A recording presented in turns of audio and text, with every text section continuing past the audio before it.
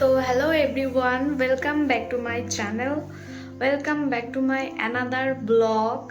So আজকে আমি একটা রেসিপি নিয়ে চলে আসলাম। আজকে যে রেসিপিটা করব সেটা হচ্ছে চিকেন রান্না। তো তো চলো শুরু করা যাক। তো প্রথমে কড়াইতে তেল দিয়ে দিলাম। তারপর কড়াইতে তেল গরম হয়ে গেলে তো তেল গরম হয়ে গেছে। তো আমি প্রথমেই তোমাদেরকে দেখিনি এই চিকেনটাকে আমি ভালো করে ধুয়ে রেখে দিয়েছি। হ্যাঁ, ধুয়ে রেখে দিয়েছি। আর এখানে আমি এই পেঁয়াজটা কেটে নিয়েছি, আর এটা হচ্ছে টমেটো মানে পেস্ট করে নিয়েছি। আর এই লঙ্কা, যারা বেশি ঝাল খেতে পছন্দ করো তারা বেশি লঙ্কা দিও, আর আমি তো বেশি লঙ্কা দিইনি, 4টে দিচ্ছি। আর এটা হচ্ছে আদা রসুনের পেস্ট। সো আমি এগুলো আগে থেকে করে রেখেছি। তো তেলটা গরম হয়ে গেছে। তেলটা গরম হওয়ার পরে এবারে এই যে গরম মশলা মানে এইগুলো দিয়ে দেবো তেলের উপরে। এই যে গরম মশলার যা যাবতীয় এলাচ সব একসাথে আমি তেলের উপরে পাশে দিয়ে দিলাম। তো আমি এই ভিডিওটা দিচ্ছি কারণ সবসময় এখানে যাচ্ছি ঘুরতে, সবসময় তো এক ব্লগ দিয়ে দিই। তো আজকে কি মনে হলো আমি একটু মানে রান্নার ভিডিওই শেয়ার করি তোমাদেরকে, ঠিক আছে? এটাই আর কি। লাস্টে বই যে জিরে, হালকা করে একটু জিরে দিয়ে দেবো, গোটা জিরে। তো এবারে আমি এটাকে নাড়াচাড়া করে দেবো। তো একটু নাড়াচাড়া করে এটাকে একটুখানি কিছু সেকেন্ডের জন্য রেখে এরপরে এবার দিয়ে দেবো কেটে রাখা পেঁয়াজটাকে প্রথমে হাই করে গ্যাসটাকে নাড়াচাড়া করে নিয়েছি। এবারে লো করে দিলাম। লো করে এটাকে আপনারা ধীরে দিতে পারেন, আমি ঢেকে দিচ্ছি। এটা জাস্ট কিছু মিনিটের জন্য, মানে কিছু সেকেন্ড মিনিটের জন্য আমি ঢেকে রাখলাম পেঁয়াজটাকে। পেঁয়াজে একটু হালকা নুন দিয়ে দিচ্ছি, তাহলে তাড়াতাড়ি পেঁয়াজটা নরম হয়ে যাবে, তাড়াতাড়ি গলে যাবে, তাড়াতাড়ি ভাজা হয়ে যাবে। তো আমি একটু হালকা নুন দিয়ে দিলাম, তারপর দিয়ে দেবো পেঁয়াজটা, মানে গ্যাসটাকে হাই দিয়ে আমি পেঁয়াজটা নাড়াচাড়া করে নিচ্ছি লবণ দিয়ে। আবার নুনটা দিয়ে ভালো করে পেঁয়াজটাকে নাড়াচাড়া করে নিলাম, ভালো করে মিশিয়ে নিয়েছি হাইতে দিয়ে, গ্যাসটাকে হাই দিয়ে।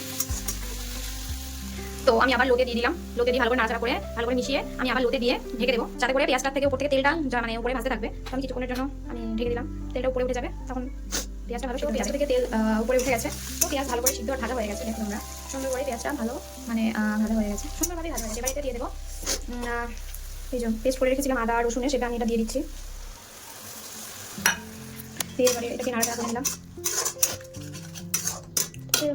ভলিউমটা হাই করে দিয়ে ভালো করে নাড়াচাড়া করে নেবো ফার্স্টে, তারপরে কমিয়ে দেবো। এই যে গ্যাসটাকে কমিয়ে দিলাম, লোতে রেখে পেঁয়াজটাকে আরেকটু কিছু সেকেন্ডের জন্য আবার ঢেকে রেখে দেবো। মিডিয়াম টু হাই করে ভালো করে নাড়িয়ে ঢাকার সময় আমি লোতে দিয়ে ঢেকে রেখে দেবো, না ঢাকলেও চলবে। তো আমি আর ঢাকলাম না, তো হাইতে রেখে ভালো করে ধরে নেব, তো জলটা পড়ে যায়। নাড়াতেই থাকতে হবে, নাহলে লেগে যেতে পারে কড়াই। তোমাদের নাড়াতেই থাকতে হবে। তো মানে একটু মিডিয়াম করে দিলাম। তো দেখো তেল ছেড়ে দিয়েছে। এবার দিয়ে দেবো টমেটো পেস্টটা। যে টমেটো পেস্টটাকে আমি দিয়ে দিচ্ছি। তো পেস্টটা দিয়ে এবারে নাড়িয়ে চালিয়ে নেবো এটাকে। একটা হাই দিয়ে দিলাম, টমেটো থেকে জলটা সরে যাবে, তারপর হাই দিয়ে নাড়িয়ে নিচ্ছি, গ্যাসটাকে হাই দিয়ে ভালো করে নাড়িয়ে মিশিয়ে নিলাম। সো আমি লো করে দিয়েছি, এবার ঢেকে দেবো আবার টমেটোটাকে লো করে।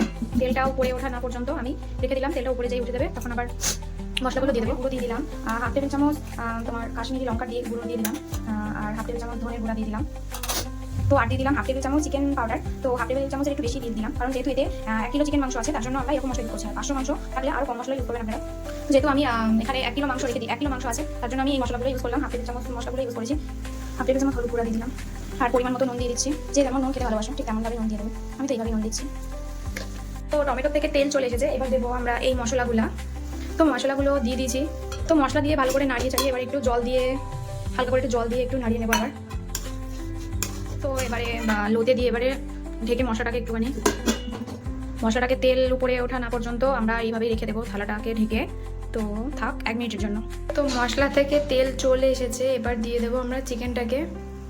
পরপর চিকেনটাকে একটা একটা করে দিয়ে দিব। এই যে পুরো মাংসটাকে দিয়ে দিয়েছি। তো চিকেনটাতে ভালো করে মশলা দিয়ে মাখিয়ে নিয়েছি। এবারে আমি 15-20 মিনিটের জন্য ঢেকে রেখে দেবো। চিকেনটা ভালো করে মিশিয়ে নিয়েছি মশলার সঙ্গে।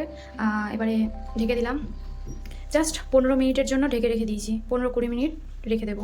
20 মিনিটের জন্য আমি মাংসটাকে 20 মিনিটের জন্য রেখে দিয়েছিলাম, হ্যাঁ, সিদ্ধ হওয়ার জন্য। তো তার 20 মিনিটের মধ্যে আমি স্নান করে নিয়েছি। আর এখন দেখো আমি ঢাকনাটা তুলে দিয়েছি। ঢাকনাটা তুলে মাংস থেকে জল বেরিয়ে এসেছে। এবারে আমি কষতে থাকবো হাইতে দিয়ে, একদম গ্যাসটাকে হাইতে দিয়ে এবারে আমি 10-15 মিনিটের জন্য কষতে থাকবো।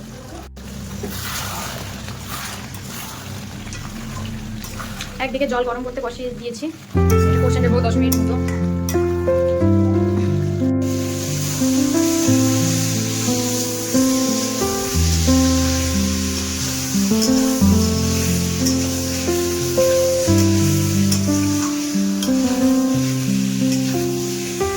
তো গাইস, মাংসটা যত ডার্ক হতে থাকবে তত সুন্দর খেতে লাগবে।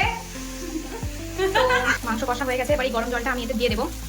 তো জল দিয়ে মাংসটার সঙ্গে ভালো করে জলের সঙ্গে মিশিয়ে দিয়েছি, এবার কিছুক্ষণ ফুটে নামিয়ে নেবো মাংসটাকে।